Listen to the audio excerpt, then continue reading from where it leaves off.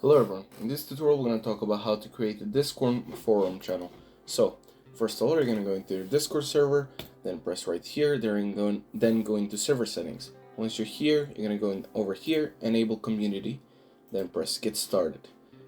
Press here, press this, then you can skip past all of this, agree, and finish setup.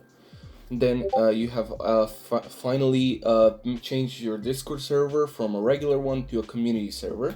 And as you can see, when we try to make a channel, create a channel, we have three new options. So forum, announcement, and stage. We want to make a forum, right? So we're just gonna call it forum, create channel, and there we go. We have created a forum channel, and right here you can